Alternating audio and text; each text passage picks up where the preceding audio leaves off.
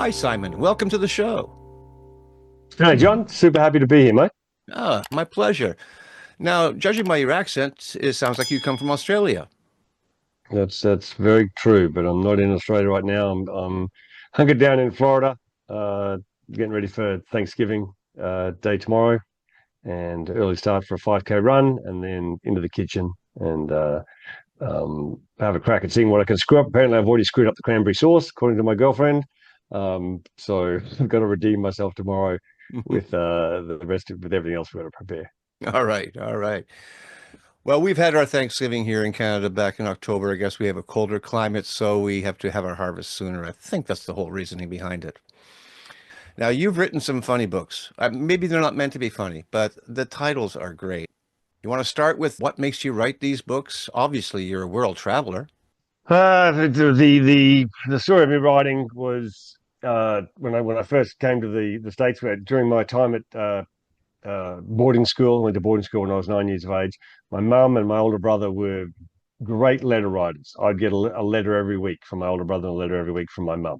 And I was mandated by the school that I needed to write a letter to my family every week. In fact, they would check it and then go and say, now rewrite it, the official form. And I somehow managed in 8 years of boarding school to write 3 letters total. And just kept on using the same rough copy every week to show that this was going to be the letter that was going to go to my family. And of course, the guy didn't read it, so he didn't know that it was the same letter. So I wasn't much of a writer in school. Then when I left Australia to come to the States, when I was 23, I was pretty lonely. You sort of thinking that you're losing contact with people. This is 1991, 92. No such thing as email. Phone calls are expensive. So I said, okay, I'll write letters. And got into the letter writing thing, and would write one long letter, 10 pages, and would photocopy it and send it to one version to all my friends and write another 10-page letter and send that to my members of my family.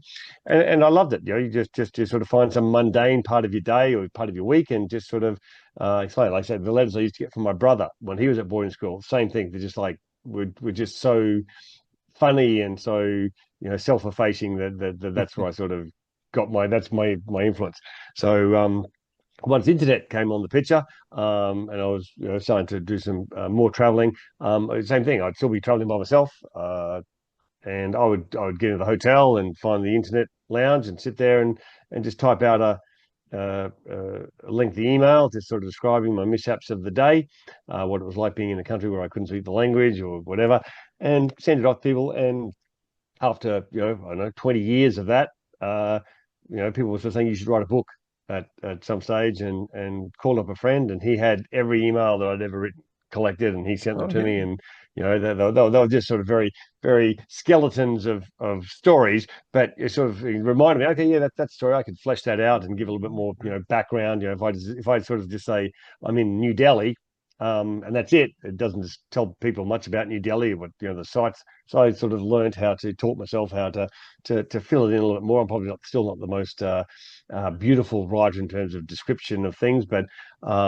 I found that I started to enjoy that aspect when I had some need to take my mind off struggles I was having, and so I ended up writing books as a way of just recapping over my life to sort of sit there and go, wow, I'm probably 50 years of age when I still really started taking it seriously, to write a book, and thought, wow, at 50 years of age, what's my life been like? Has it been, can I say it's been worthwhile? Can I say it's been enjoyable? Can I say it's been unique? Or what? So these books were my way of, if nothing else for myself, just go, yeah, I think I've had a pretty amazing life. Um, I think I'm, being Australian, I don't like to say this, but I think I'm a very funny person because I take the piss out of myself pretty badly. Yeah, Um, right on. which is sort of what I've learned to do, and that's where most of my humor comes from.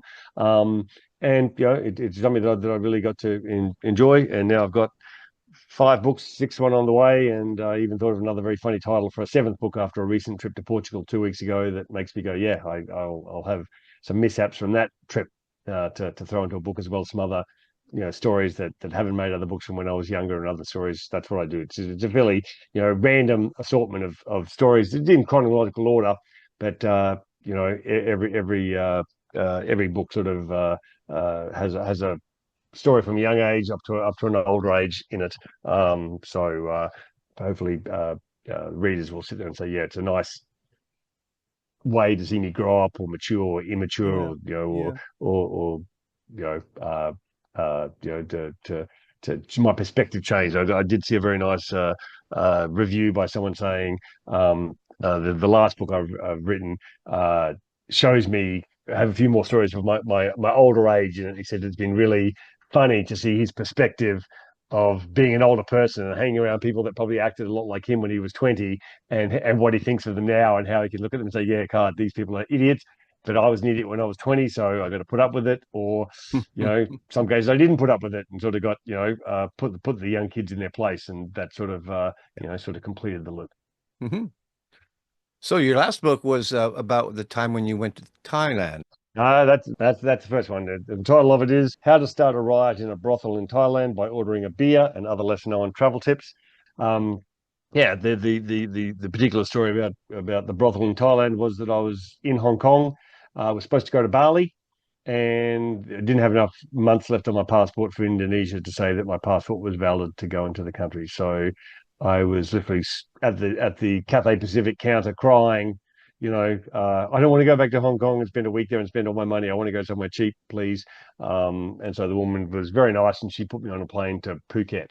So I arrived in Phuket with no pre uh, warning, or no in research or investigation about where I could stay, what I was supposed to do. I had it all worked Right, out for right. Bali.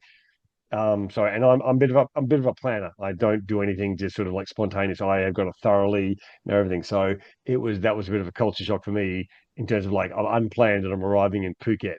Um, and First thing I learned about Phuket is there's Bangla Road, which is a rather seedy but famous part of Phuket town, where all the young women hang out. And all I thought about was, I've got to avoid this place for the entire week. I don't want For to go sure. there, despite the fact that being a single white man in Phuket, that's the only reason people thought I was there. Everyone, Oh, wives, I've old heard. ladies say, "Oh, you having a good time, young man? Enjoying the girls on Bangla Road?" I'm like, Yeah. going, I'm not here to go to Bangla Road, ma'am. I'm just here because I was supposed to be in Bali, and I'm not in Bali. This is where I've ended up. So I went deep sea fishing and scuba diving and Oh, cool. hanging out at the beach and other stuff. And I'd emailed a friend of mine in Santa Monica, in a rugby club I played for there, and he used to live in Bangkok and worked in a water ski show as a younger man. And he said, "I've got some mates who play rugby in Phuket. Let me hook you up with them, so you've got some people to hang out with." So I ended up going on my last Saturday night to go watch a rugby game from England with these guys, mainly English people. And at the end of the evening, they all go, "Hey, let's go to Bangla Road."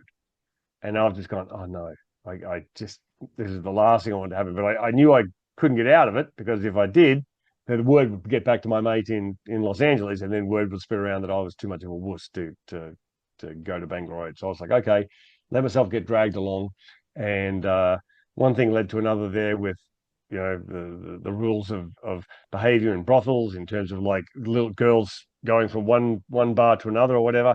And an owner thought that I was trying to get out of paying for a girl, even though I had no interest. And he took a swipe at me.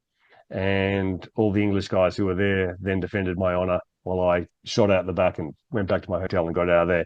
And there was a massive big fight that went on that Wow. I had no part in. But just from being naive, that's how naivety can get you in trouble and leave you with a good travel story at the end of the night. Yeah, yeah, yeah. Each of your books offers other lesser known travel tips. Is that just something you threw in on the title just for fun, or do you have actual tips for people? Yeah, I have actual tips, although and some of them are sort of relatively serious. I talk about, in one of my books, I describe an incident when I was playing rugby when I first came to Florida, when I moved here 32 years ago, and a bolt of lightning struck a tree, probably 40 meters, 30 meters away from where we were all standing, in the middle of a storm. We were playing a game in the middle of a lightning storm. There was some far off thunder when the game started, and everyone was like, "Oh, no, we're okay." But then we got a rude shock about 10, 15 minutes in the game, when this tree Wow. just exploded with a bolt of thunder. And, there are, having climbed Half Dome, having read stories about, people who on the mountains who have been struck by lightning, knowing that lightning strikes the Eiffel Tower, the Taj Mahal, and so on. So several people are killed in on holidays various years, so I just make a little travel tip. If you're anywhere and there is a lightning storm around, don't push your luck, even though you're on vacation. Get yourself indoors and just wait till it all passes over. So it's sort of just a bit of a tongue in cheek saying, yeah, I was dumb enough to be on a rugby field when a lightning strike, and but I know when I climbed halftime, that was the first. If you see a cloud, get your ass down to the bottom of the mountain as fast as possible. Don't it doesn't matter if this is your once in a lifetime trip. You don't want to be standing on top of Half Dome if there's a storm approaching. It's a death wish. Yeah. So you know, just sort of like this is sort of common sense sort of thing. They're just every sort of story that I had, I sort of try to find a little moral about a mistake I made or whatever that I sort of said, here's a travel tip, don't make the same mistake that I made. Sure. Yeah. Exactly. Here's the best way to approach it. Okay. Well, one of the tips that I see here when you were in Rio de Janeiro is how to avoid getting mugged.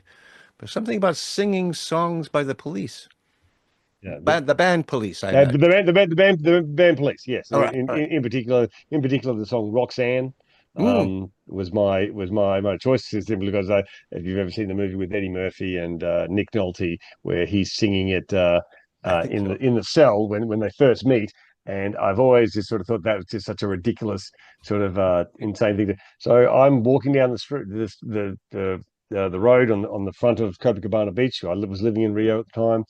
It was 2 o'clock in the morning. I'd had a few beers at the bar with some friends. We'd sort of gotten on a little bit late. There'd been what's the name, a gunfight between the police and some drug dealers in the local favela that we could sit there and watch in the bar. Just full on gunfire it was sort of we sort of later found out that we could have been hit by a stray bullet because we were even though we're a mile away, we're still close enough to be hit, and sort of that sort of puts the willies up you a little bit that you don't sort of think about those things when you grow up in a Western culture, but all the locals knew. So I was walking back and it was dark, 2 o'clock in the morning. Went past the lighted section at the bottom end, and I'm in a pretty deserted area. All the $1 million apartments on Rio de Janeiro are pretty much 90% empty for 95% of the year. So there's no one in, there's no lights, there's no other people around. And a car went past, and I saw some people running across the street to get into position to mug me a little further down the street. And I was sort of 2 o'clock in the morning, had a few beers. I'm like, I'm not even too lazy to even run across the other side of the road and go back to I'm just going to keep on going straight and just act like a complete nutcase so that they have second thoughts about Right. mugging me. So I just started singing the worst version of the police's Roxanne that I could think of. And sure enough, these guys were like, yeah, let's just leave this guy alone. We don't want to be dealing Excellent. with crazy at 2 o'clock in the morning. And that was my travel tip. If you go somewhere, nobody wants to deal with crazy. So if you're in a No. pretty hairy situation, act like you're nuts, and Yep. the perpetrator will generally say, you know what, this isn't worth my hassle. Let me just go and find someone who's going to be an easier mark. That's my Yep. simple tip. Yep. I did the same thing in the Lower East Side of Manhattan in the 80s.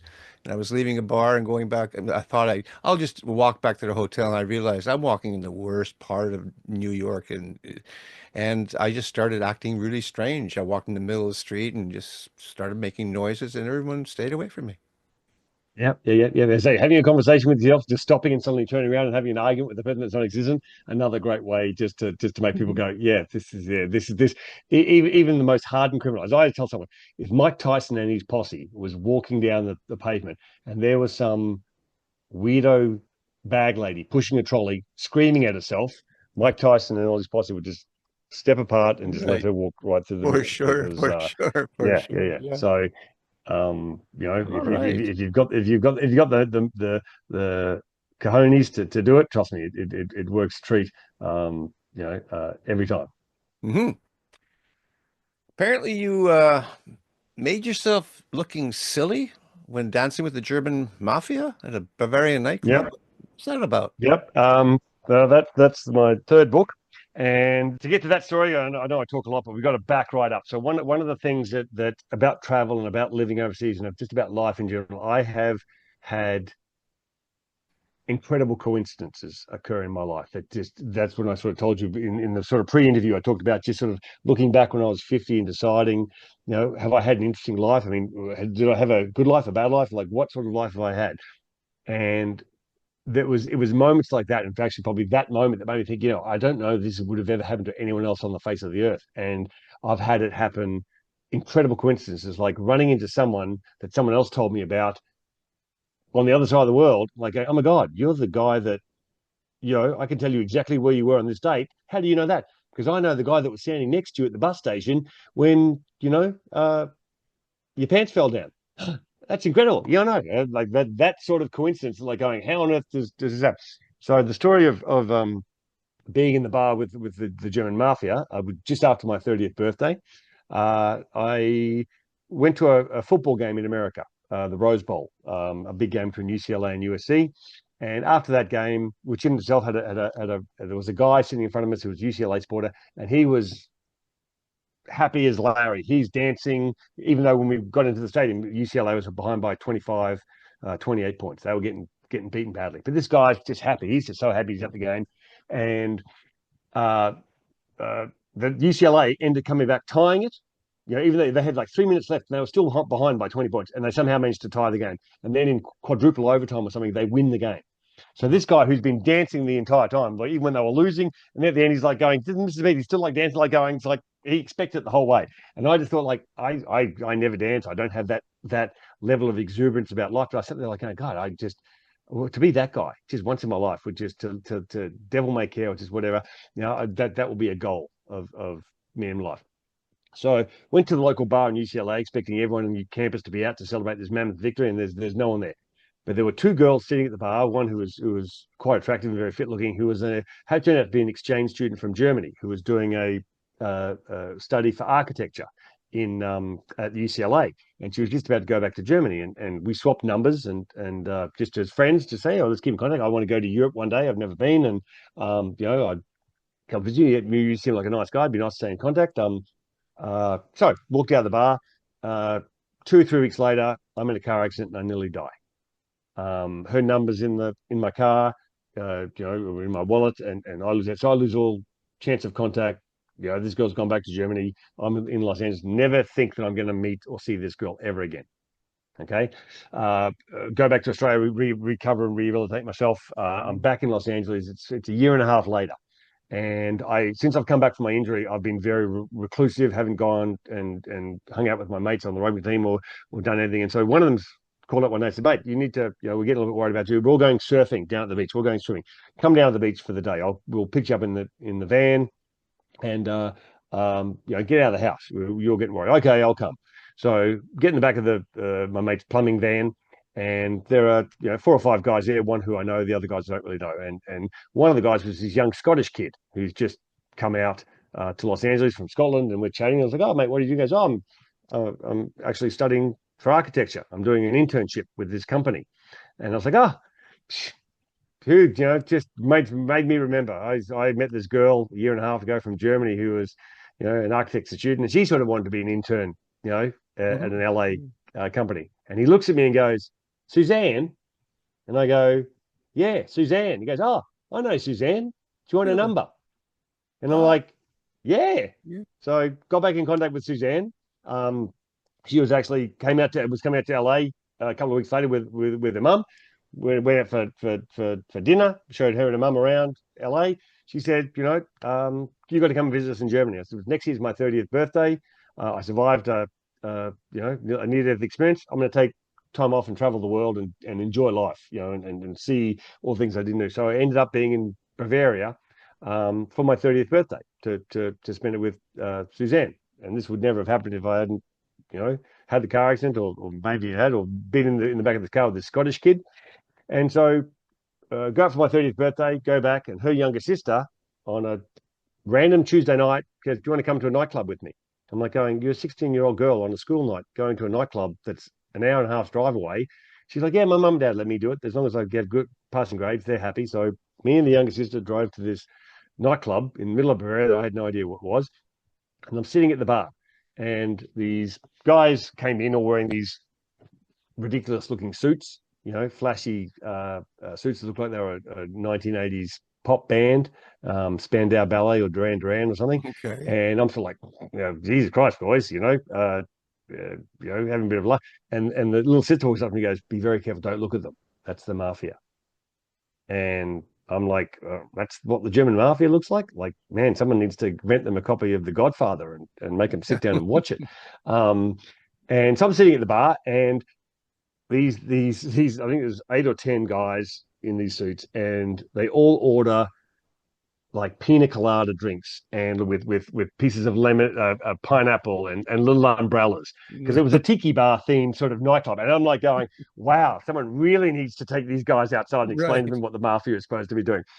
And then they all start dancing like 80s, Gloria Gaynor music comes Really? on, and Oh these my guys start goodness. dancing together. And I'm just like, God, this is getting more and more ridiculous. But then I sat there and thought, literally, I had the moment, how the hell did I end up in a frigging nightclub in Germany with the German mafia? And I went all the way back to that guy dancing at the UCLA game and like going, and me Right. thinking, wow, one day I'd love to be as uninhibited as that. And I thought, you know what? I'm lucky to be alive. You only get one chance in life to go out there and just do something stupid enough that you can tell your kids about, your grandkids about, and say, you know what, those are the moments that you remember. You don't remember standing at the Eiffel Tower when everyone else is standing taking pictures at the Eiffel Tower. You remember having a bird shit on your head when you're standing there looking Yeah, at the Eiffel that's Tower. right. Yeah, That's yeah. that's the interesting stuff. So I said it with, you know what, ordered a shot of tequila down that, just sort of mosey on over and just sort of worked my way into the dance group with the mafia and started dancing. And I thought I was doing, my dancing's terrible, but theirs was even worse. And then sort of at some point you sort of realize they've all stopped dancing and they're looking at me in a sort of, now they suddenly look like they were actually mafia, and you suddenly realize, oh, this wasn't a smart move. And so I'm like, crap, what do I do? And then a new song came on the radio. I'm just having trouble. At first, I was afraid. I was petrified, thinking how I could live. Can't Yeah. even name the song. But that came up, and I just went, fuck it. And I just started dancing again. And the German guys went, yep. And they Well, started dancing with me. At the end of that song, the guy like waves over the waitress, like, get this guy a drink. Got me a nice drink with a little umbrella and a straw and a little piece of pineapple. Went back to the bar, and I went, breathe, big, deep breathe out. I went, I'm alive for the second time in my life. I did it, and again, didn't think I was going to have a story to write about one day, but I thought, that's great. So every time I catch up with friends, I would sit there and say, they said, "Oh, what's your best experience?" I said, the night time I was in the nightclub in Germany, random nightclub in the middle of Bavaria that I had no idea was, and the mafia were there, and I got up and danced with them, and they all like welcomed me, and like I was the newest member for one song, and I thought that was just great. excellent. Yeah. That's a great story. Makes me think of Da Da Da. You remember that Ah, trio? Yeah. yes, yes, yes, Yeah. yes, yes, yeah. Yeah, the German music in the 80s was pretty funny in the way they dressed and danced, for sure. I agree. Yep, yep. I saw a very funny Instagram clip of the German version of YMCA, Oh, and I can imagine. It's sung in it German is too, right? it's sung in German, and it's PDAC or something, whatever their translation is. And the guy doing you sit there going, "Wow, it's hilarious." To sit there and go, yeah, cultural differences are just. But that was the first night I got to Germany. I got picked up in Munich, and we went to, which I never heard of. There's another beer fest in Germany 6 months earlier in March, called, I can't remember the name of it, but it's again with these there was a week of fasting, so these monks had to brew this really strong beer to give them nutrients to be able to survive the week of fasting. So that's the celebration. Same German beer hall, same drinking, and I'm sort of expecting, first time in Germany, I'm expecting the Germans to be very, very straight laced and not very, talkative or fun. And my friend's what's the name? Boyfriend was a little bit like that. He was a decathlete, and he very much, Hitler Probably from used straight Hamburg. straight No, face. that's from Yeah, northern yeah, Germany. yeah, Yeah. Yeah. yeah, quite possibly. Blonde hair, blue eyes, Yeah. just sort of wouldn't smile, And I'm like, going, this guy's a barrel of fun. Half a beer in, and this guy's just demeanor's changed. He's singing. He's like going, wow, these Germans. And I just like, I just not what I expected, but it made it so much fun. And then this song came, which I'd never heard before. Well, I know the song, but I'd never heard this version. For 24 years, I've been living next door to Alice. You ever heard that song? For 24 years, I've been waiting No. for a chance to tell her that I love her. And then for 24 years, I've been there. So that's the song. But in the German version, there's like, for 24 years, I've been living next door to Alice. And everyone in the crowd goes, Alice, who the fuck is Alice? Yeah. And it was just, I was like, oh my God, these are Germans. And they're like, everyone's laughing and singing and goofing off. And Australians have a very similar version with an angel song. Am I ever going to see your face again? And I just thought, wow, there's more in common. Germans have more in common with Australians than I possibly thought. And it was just a great night, and just sort of made my naive eyes just sort of open up. They're going, wow, traveling out in the world and seeing the world, you just you're not going to learn it off a television. You're not going to learn it in a book. You've got to just sort of go and just see what Yeah. people are like, Yeah. and what countries are like, and that's sort of it's been the joy of my life. Mhm. Doing that to have remarkable coincidences occur from different parts of the world. Um, Again, I'll give you another quick one. My brother went to get engaged in Antarctica, and um, they went to where he was going to pop the question, and they're on a little out uh, zodiac to get them to the beach. They arrive at the beach. It's very windy. The waves are there, and the boat can't stay safely on the beach. So he's holding on to it. The other guy from the ship is holding on, and there are two really big, strong photographers who were on the boat. They grab their gear and they wander off to start taking photographs of pelicans and penguins and seals, and don't care that the boat is there. I think the guy who was from the crew broke his arm even holding onto the boat. So eventually he had to jump back in the boat, go offshore. And then come pick everyone back up again. But it was sort of like one of those moments of like going, here are these big, strong, as my brother decided, one of them looked like he was Leonardus or from that movie Sparta, King Leonardus with the long beard, and that's how he described him. I was like, yeah, okay. I'm walking through a market years later, and just walked over to look at sort of look photographer selling photographs, and looked at him, and he looked a little bit like King Leonidas, and I'm flipping through the photographs, and there was a picture of an iceberg, and my brother had exactly the same picture. It was a very uniquely shaped iceberg with a pure rectangular square in Okay. the bottom where the water would flow through. It's like, and I looked at it and went, oh my God, this is This is the that guy. photographer Yeah. who was on my trip to the Antarctic with my brother. And I've run into him. Um, Years later, just ran simply because of that photograph. I remember my brother showing me, and I sit there like, oh, that's just the odds of that happening have just got to be, Well, for you, it seems otherworldly. to be a thing that just keeps happening. The world's very small for Yeah, you, yeah, Simon. yeah. Pretty shrunk for you. That's one of my that's one of my travel tips. Like, the world is small. Yeah. Don't go and be an arsehole somewhere, because someone will know someone who was there, who'll know someone there whose mother went to a hairdresser, and they know the person that was right there to witness you, because it will get back. It will get So back. that's yeah. So that's always my thing, is when you go out in the world, be humble, be nice to other people, enjoy it, because people will find out if you are an asshole, or if Yeah. are disrespectful. The world is not that big. Exactly, Yeah. the world is Yeah. not that big. What do you do for a living that you could afford to take so much time off to do your travel? I am the cheapest man alive. I do not spend a lot on my travels. The thing is more the time.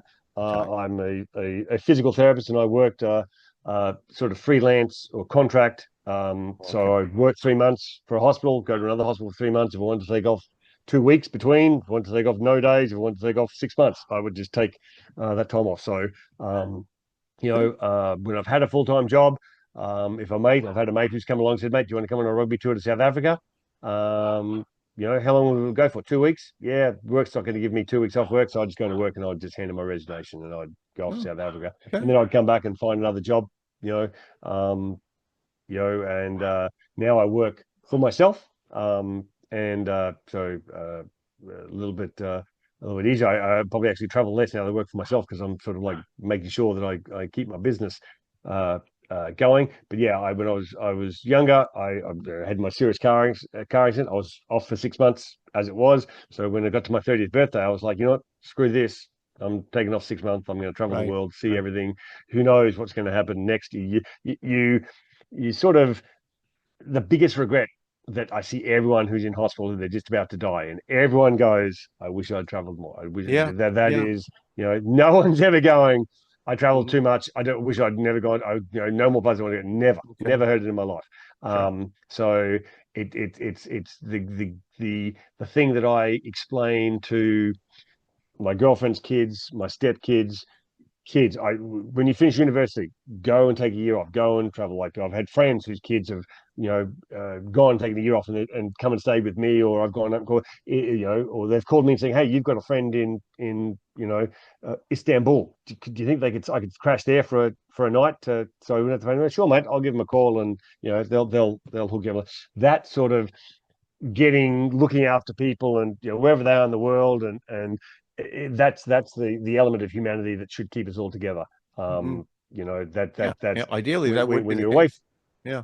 Yeah, when you're away from home, that's when you forge strong friendships as well. My first trip to America when I was a 20-year-old, the guy who was on the trip with me, who I knew of from high school, from a different high school, but not didn't know him directly, and we are now still best mates. He now lives in Vancouver. Every time he sees that I have a bit of having a rough moment on Facebook, he gives me a call, mate. You doing okay? We're still thick as thieves. We still talk about the stuff we did when we were 20 in traveling in America, or the stuff we did when we were 25 in Whistler. Um, yeah, it's you can't ever break those bonds of traveling with another person, Hmm. or even running into another person from home, or another person when you are away. That's the thrill to I just was in London, caught up with my niece who's been there for 8 years. I was never living away with her whole life in Australia. To go and see her in London, for her to walk across London Bridge and see Tower Bridge and have fireworks go off in the back, and it was just like what a fabulous moment for us to be able to share, you know, uh, together. I'm just so happy seeing that she did the same thing I did. That she's living overseas and loving life, and I want that for everyone. To go and live overseas or to go and travel overseas is everyone should do it. You know, Very. yeah. Yeah. Do you think things are different now? The world Yeah, conditions? yeah. I don't quite enjoy travel as much. I don't like. I used to the airports. Like everything seems just a little bit more. Uh, uh, I don't know whether it's scary or whether it's Mhm. just not quite as relaxed. Or I mean, I hitchhiked when I was younger. Yeah, me I too. probably would hitchhike again now that I'm older. But in my probably 30s, 40s, and 50s, I probably wouldn't have hitchhiked. Um, I like something a little bit wiser now to know what to who to avoid. I nearly died hitchhiking when I was 30 in Tahiti. At the end of my world round the world trip that is mentioned in my book. Um, um, yeah, no, but yeah, it doesn't. I don't know that kids, again for the cost. I don't know that it would be the same if you're in your 20s to go out in the world and live away. Whether you could manage the same way that I went around the world. It cost me. I'd saved up $7,000. I ended up spending 6,000 for 6 months travel. That included Mhm. airfares, round the world trip, Yeah. hotels, stayed with friends, drinking, everything. And Six some thousand bucks. countries that your money goes a lot further, like some of those, like Yeah. India, for sure. These books, who are they for?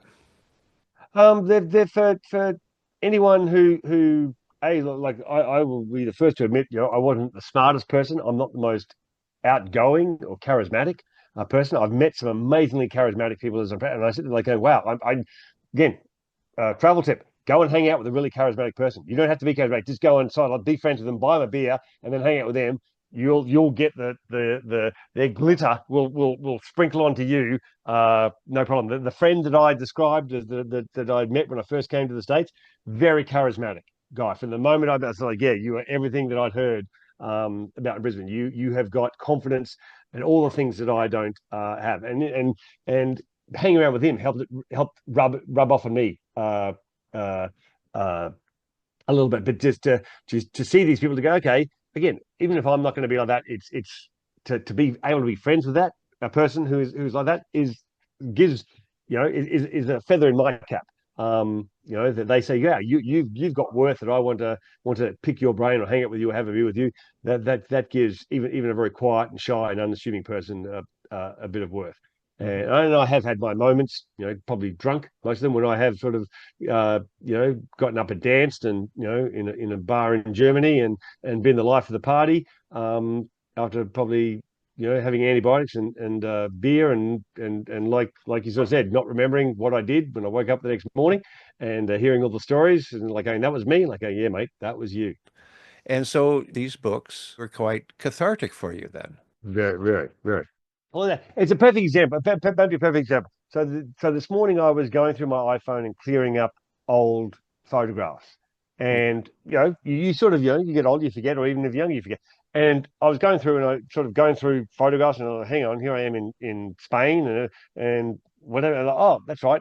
Here I am arriving in the desert in friggin' Oman or something, just on a layover. Qatar. Like, oh yeah, I don't need these photos of the desert. Like, why did I take 20 photos of the friggin' sand? Boom, boom, boom. Oh wow, that's right. Then I went to Bali. This is when I went to Bali because I missed my connection, and was Mhm. stuck in Bali for 3 days. I didn't.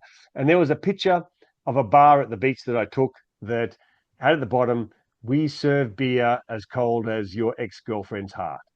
And I just laughed my ass off, That like is going, great. yeah, that is so good. And I'm glad I took that photograph, and it made my whole day. It didn't, like going, yeah, I was having a bad day, but like going, yeah, that's just that was a great trip. And yeah, it was just one of those things. It was just unexpected. I ended up being stuck in Bali because I, missed plane flights and whatever. Um, and I just, again, it put me in a good mood, and that's what the books and stories do. To go, you know what? Let me just cheer myself up. Let me go and read through one of my stories about, yeah, and like, yeah, I always get cheered up when I go back and write my book. Now I go back, have to start again to get in the rhythm, and I read the first. Unfortunately, I read the first four chapters, and I enjoy them so much. I go and read them again. And I read them again. And I read them again because I go, yeah, this is these great fun stories. Going back to when I was a young man again, first coming to the States, and having interactions with my older sister that were funny. And I go, yeah, life has been pretty funny and pretty fun, and it puts me in a better mood, and then you go on through your day, Yeah. like that. That's what memories of trips, books, stories about trips, photographs of trips, photograph of old friends, photograph of moments that just, I think I made this mention at the start of this book. Really, our life is a memory, because the present is only in existence for a couple of milliseconds, and then is already in the past. So Hmm. pretty much your entire life, 99.9% of your life, is a memory of what happened Yeah. yesterday, last moment, or whatever. So essentially, if you want to know the secret to life, is love that shit that's behind you, because that's what it was. You Yeah. know, learn to find smile about the things that were at the time you were upset about, but now that it's passed, you don't have to be upset about it anymore because you've survived it. Find a reason to laugh about it, or to be happy. These books, if they were in a bookstore, I'm wondering what section they would be in. And I take it from you that these could help people feel better about themselves. So then would these books be better in a self-help section of a bookstore? Like what's the Well, genre we're talking yeah, about? you actually, it's a bit of a bastard child of a travel book, a memoir, a self help book. Um, uh, I don't want to say mental health, because the very subtly underlying mental health is, it's me being funny to help my mental health, but Yep. also to look at my life and say, you know what, I can. I say I'm a pretty shy, naive person most of my life, which is sort of the reason why I get in trouble, quite a bit, because I miss the signs of things I probably should be seeing. But that's okay, and you can talk yourself out of doing things. I mean, it's amazing the number of people I meet. Where are you from? Australia? Oh, I always wanted to go, but the flight's so long. That's it. That you talked yourself out of it in the first sentence. The flight is too long, and boom, suddenly, Hmm. it's like you're telling me you want to go so badly, and then you immediately just talk yourself out of it just because it's a long flight. Get fucking up, blind, rotten drunk on the flight. You'll pass out. You'll wake up. You'll be in Australia. How Yeah. easy is that? That's what I do. That's what all my friends do. That's the whole point. You get free drinks for bloody 14 hours on a flight. What could be better? You know. Right, right. Um. Uh. but yeah, I find that and I have experienced it. I've seen it, and I dated a girl in Australia whose older sister went on a trip to London, never left the hotel, was there for a week, was too scared, eventually went back. It just couldn't handle, being in another country. And I've seen other people do it. I've been on trips with people who are in their when they're in their element, they're Adonis. You take them out of their element, and they are like, someone help me. So, what am I going to do? And it's sort of like wow, I'm jealous of you when I'm in our home environment because you've got all the confidence in the world. I've got at least confidence to travel and be, to be willing to accept. Okay, this may not be the best. But, we may have bad weather, but okay, let's go to the bar and have a drink and celebrate the bad weather. Let's go and dance in the street with it raining and get soaked. Let's still go and enjoy it. And there's a lot of people struggle with that, and so the books are sort of like going, just make the most of whatever you know Mhm. um, happens, because again, nothing else, it makes a great story, and no one wants to hear about you going to Dubrovnik and having the most amazing time in Dubrovnik because the weather was perfect, the food was perfect, the news was, people will go, shut up, we don't want to hear it. You're boring the hell out of us, but you go Yeah. to Dubrovnik, and you get on steal a moped and you go for a drive up a mountain, you get chased by the police, and suddenly you'll have everyone in the room like, oh my god, tell us more, how does this story Yeah. end? Yeah.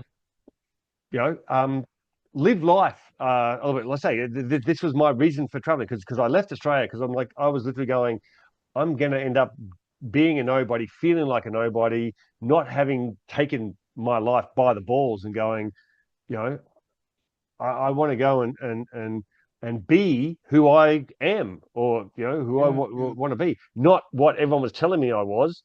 Um, I mean, when I left Australia to come and work in America, I was told by everyone, "You'll be back in 6 months. You Mhm. won't make it."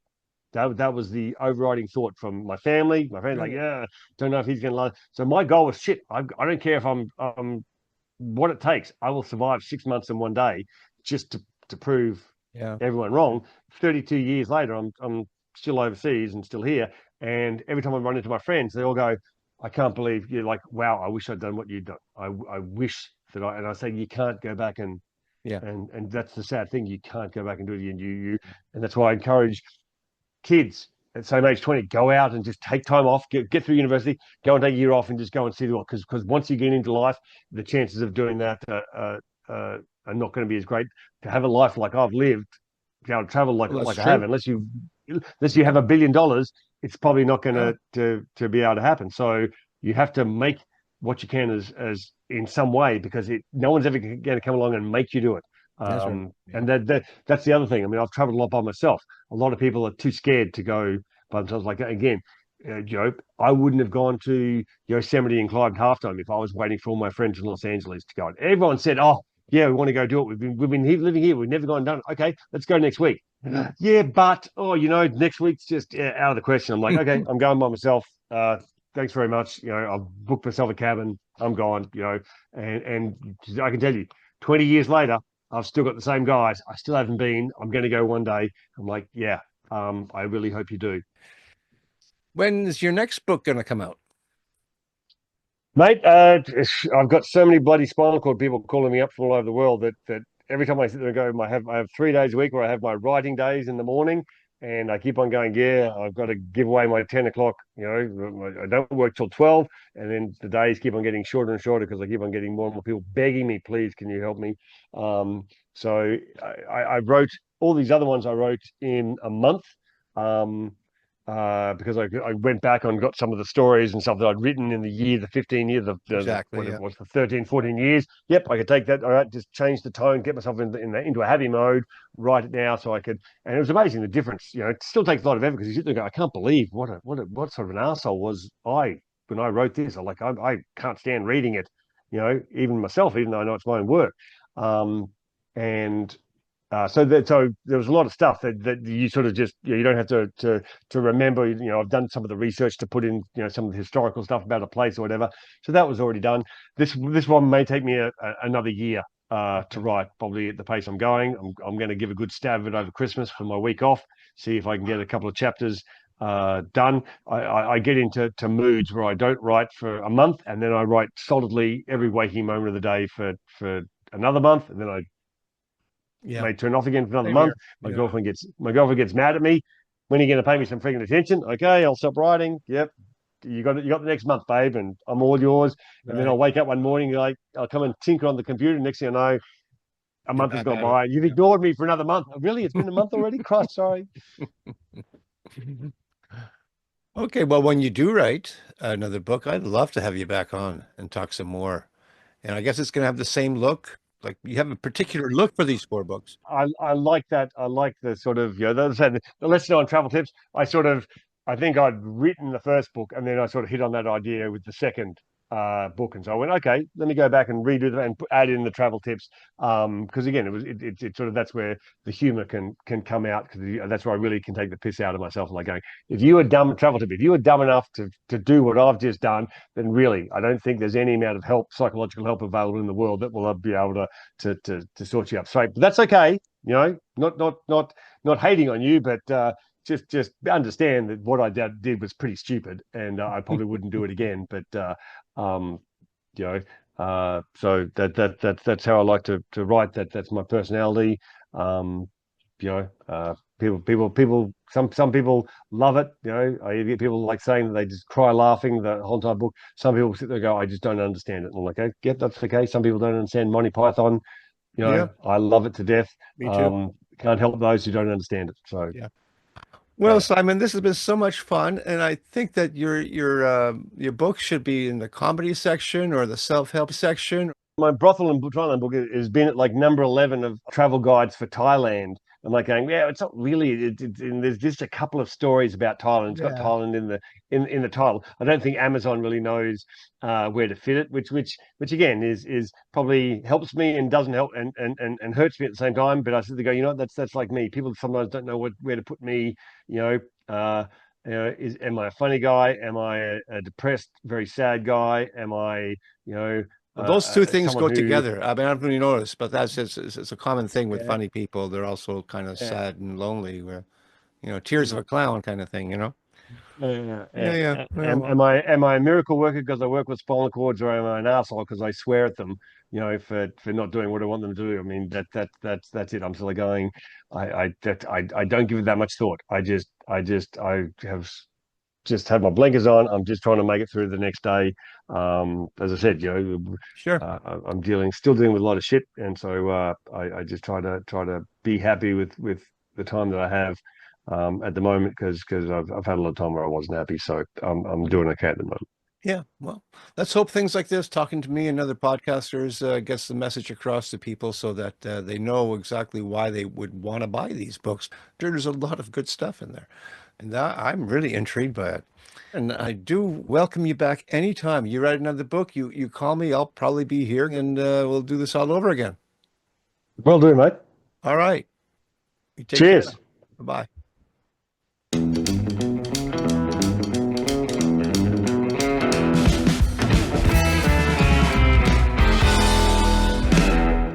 Thank you for watching. If you've enjoyed this week's episode, and if you like what I do here on Tell Me About Your Book, then I invite you to hit that like button, subscribe to the channel, and even leave a comment if you wish.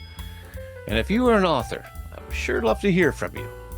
Until such time, keep on writing, and remember to be kind to one another.